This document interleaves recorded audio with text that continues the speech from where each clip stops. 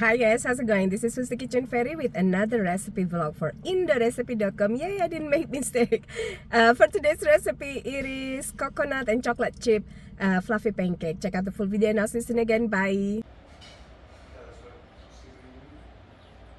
So this is 1.5 cup of all-purpose flour with 2 tablespoons of unsweetened desiccated coconut, half cup of semi-sweet chocolate chip, 3 teaspoons of baking powder, a generous pinch of salt that we just gonna mix it. I almost forgot 2 tablespoons of sugar. Add in 3 tablespoons of plain Greek yogurt, 1 cup of milk.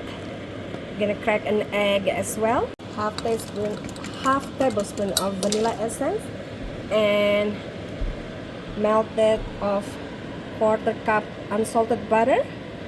We're gonna whisk this with balloon whisk until just completely combined. Now we're just gonna make the pancake using pancake maker. Brush it with butter, and this is about half cup.